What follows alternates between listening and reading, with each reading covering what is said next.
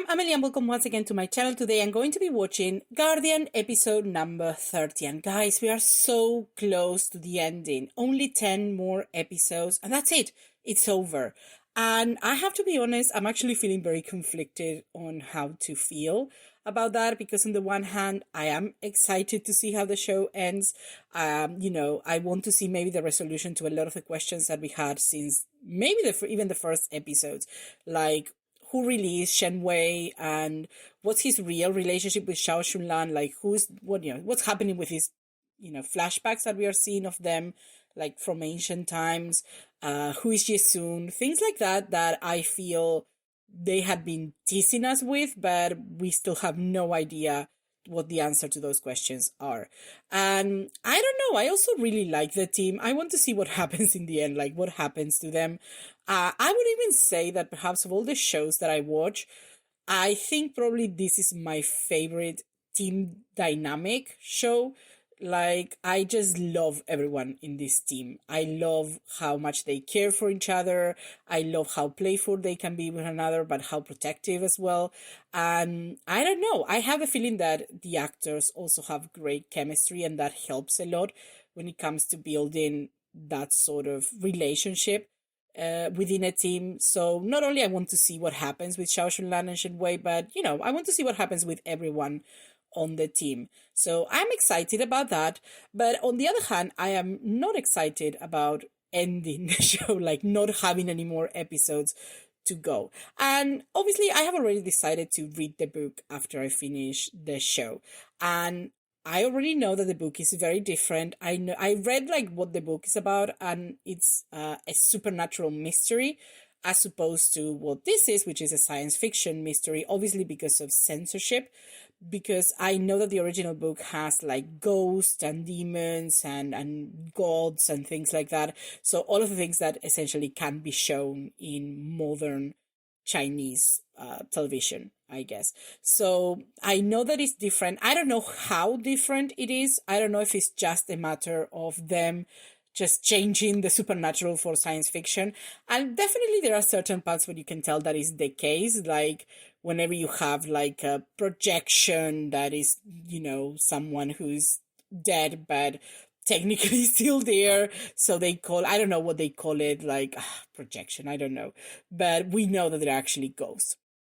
We know it. We know they're ghosts. So you have an impression in a lot of parts of the story that you have those sort of transformations. Like you have like, oh, that is definitely supernatural. That is, I don't know, a demon or something like that. So you can tell that maybe some of the cases are definitely adapted directly from that on some of the, characters and things like that. But I don't know to what extent, because evidently I don't know if everything can be explained like that. I can definitely think maybe this idea of Dioxin and Dixin being like, our reality, and then like the hell or something like that. I'm not sure. But in any case, I'm still waiting for the show to end, just in case it is more spoilery than I anticipate. I think it's quite different, and I think some people have told me that it is very different from the book, but just in case, I'm waiting for it to be over. But still, it's not the same, because I think part of what makes Guardian, such a good show to watch is not just the story. And I would say that it could be argued maybe that is probably not the story at all. Like, I had to admit some of the storylines, some of the plots are less interesting than others. So I don't know if I would continue watching this if they had a different cast.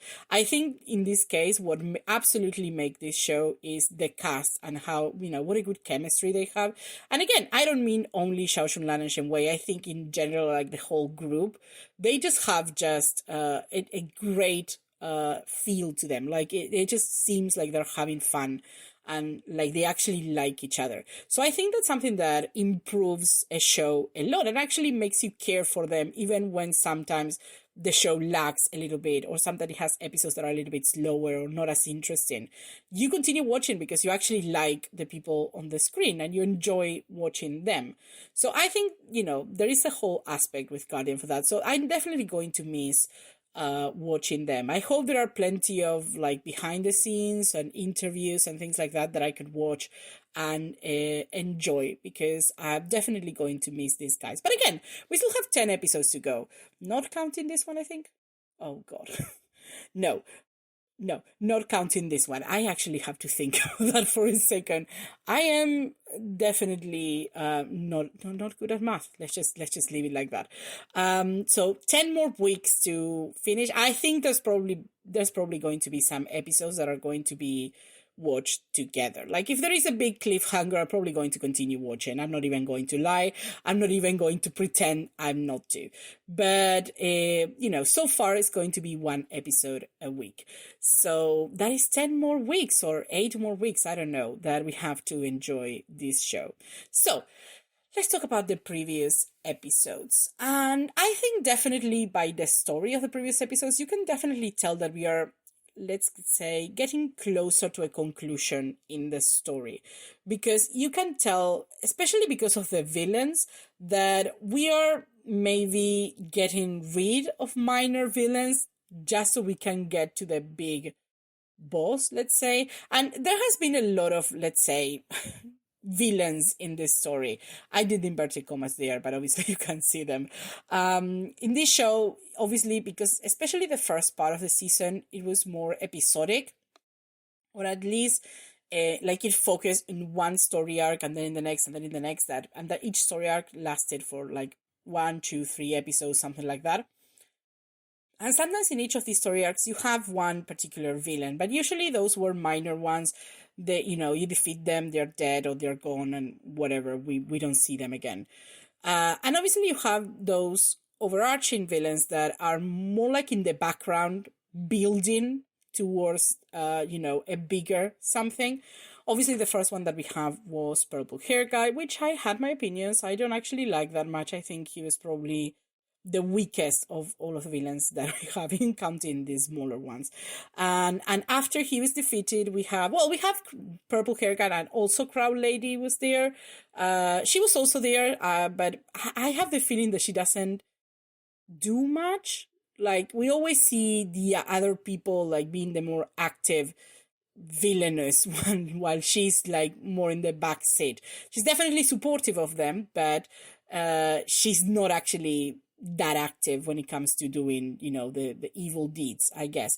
And obviously, even when we had Purple Hair Guy, there was the impression that there was someone behind him, like there was a much bigger villain even from the beginning, or I don't know if the beginning, but at some point you realize, oh, there's someone pulling the strings in this guy. So after Purple Hair Guy, then we got the whole Fruit Guy with the merit brush, and then we have Shaya, and also, of course, Crow Lady. She was still there. She was a veteran at villainy at this point. So we have those minor villains, and in the last 2 episodes of the last 3 villain group, we actually got rid of 2/3 of it, because Shaya no longer interested in revenge. She has made peace with the world. Fruit Guy, he's dead. So the last 2 episodes, we have a lot of backstory in these characters, which it essentially boils down to the fact that there was a misunderstanding that could have been easily solved by maybe speaking, or maybe not losing your shit and trying to find out what actually happened, instead of assuming and then decide to just destroy everything. But I guess that's not what happened. And we have these 2 characters, Shaya and, again, Fruit Guy. I don't remember his name. I think it's Wang something, but I don't remember it. But, and I'm happy I watched these 2 episodes together, because I think they're very similar in the sense that we get a backstory just to reveal at the end that, oh no, their plan was actually useless, because it turns out that the people who they wanted to get revenge on, they weren't guilty of what they thought they were. That is literally exactly the same for both of them. On Shaya, what happened is that she was living in Dixon. She had this friend she was very close to. Let's call her Flower Girl, although she's not the Flower Girl, because we also have the Flower Girl from the Flower Tribe. She's a Dixon Flower Girl. She can make flowers, I think, or plants bloom, something like that. And these 2 girls had a guy that they both have a crush on, but this guy had a crush on Shaya. So one day, Yesun starts talking to them and he tells them, oh, maybe you should go to the surface and check it out. So they do. And when they are in the surface, Shaya hears Flower Girl with the guy that she liked kind of talking, and she hears only part of the conversation, and she assumes that they're saying that they are going to get together and maybe leaves Shaya behind.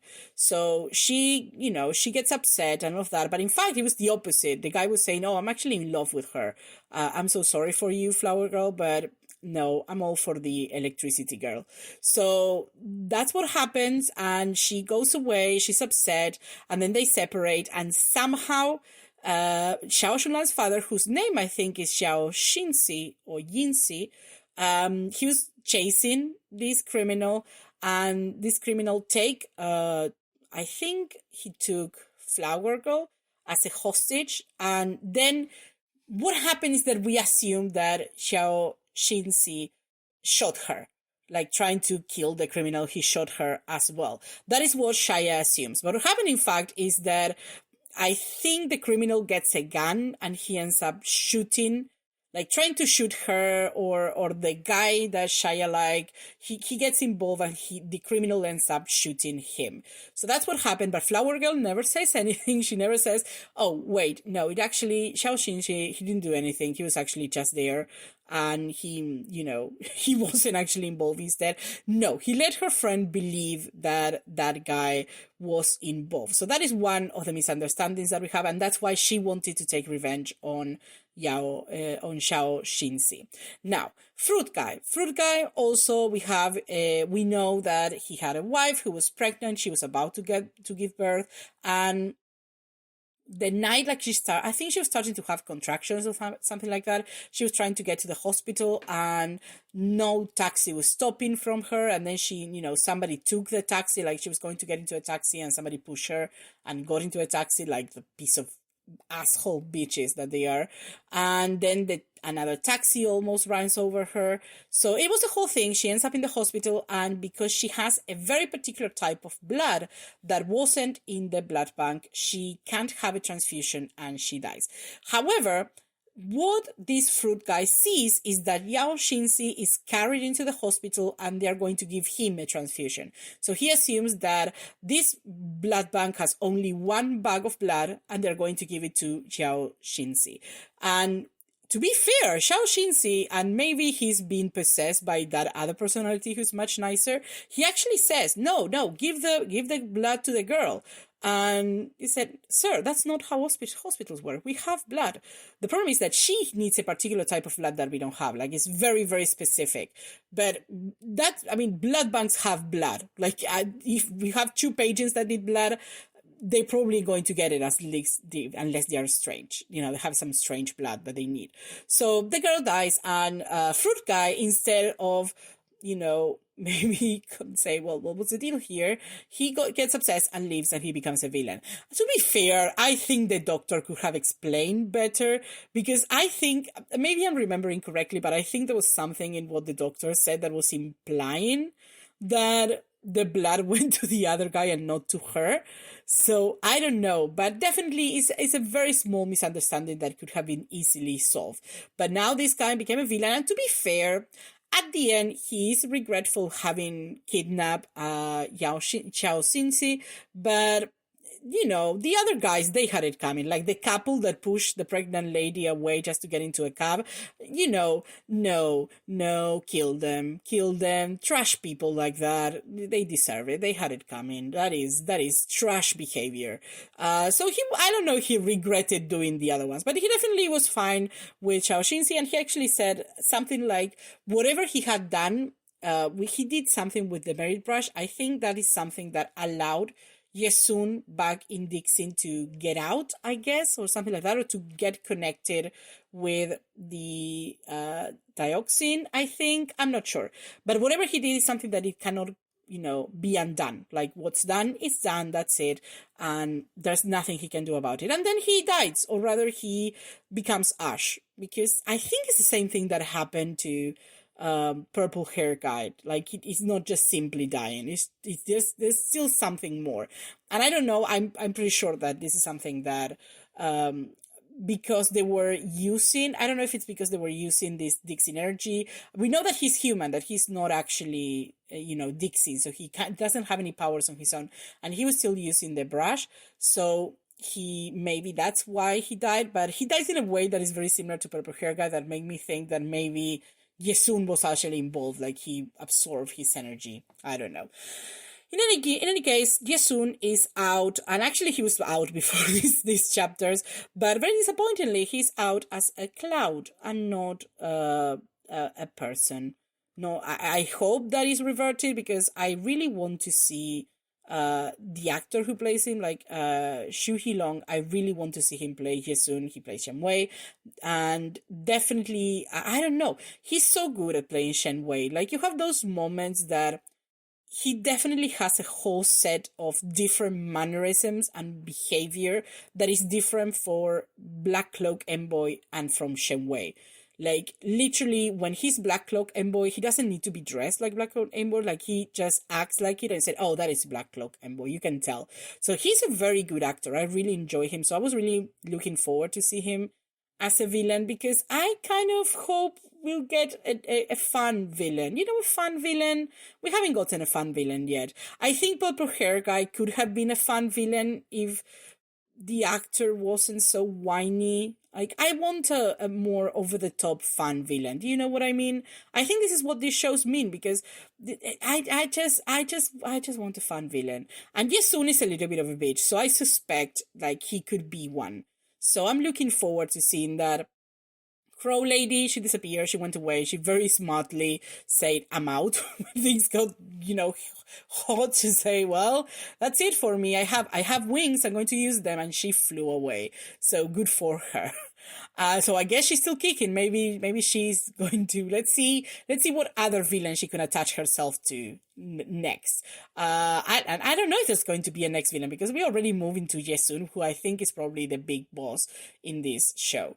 So speaking of Yesun, I do have a theory with him. I think that maybe Shen Wei and him are like part of the same whole. Because what do we know about Yesun? This is the information that we have about Yesun. Maybe we have more information. This is the information that I remember about Yesun. So we know that Yesun is, he looks like Shen Wei, and he is very similar to Shen Wei as Black Cloak Envoy, except that he has gray hair or white hair, something like that. He had light hair, it was the opposite, and he had a mask, but it was a light color mask, I think, not like the one Shen Wei wears that is black. We know that he lives in a pillar, that somebody put him there, maybe deservedly, because he was being, a little bit of an asshole. So that's what we know about her. And I don't remember if I'm pulling this out of my ass, if I thought about it, or if I actually seen it in the show. But isn't it implied that, like, they are connected somehow, Shen Wei? Well, obviously they're connected because they look the same, but there is a further connection, like they are opposites. So I think that maybe they are like the same parts of the same, like they're different parts of the same whole. So I don't remember if it was said or implied, or if this is me dreaming and imagining, but that if one dies, the other one was also going to die, or something like that. Did I imagine that? Did I dream that? Or was it said, or something like that? Like there was a connection between them. So I'm pretty sure that could be the case. Like they could be like one whole person that was divided in two, and one of them is good and one of them is bad. I don't know. It could be. I think it's a possibility. So I guess we'll just have to pay attention for that and see what's up. So that's pretty much what happened in the past few episodes, and also, my theories about it. So I guess there's nothing more to say. Let's just go into Guardian episode number 30. Let me hear. Yes. So let's go to episode number 30 of Guardian right now.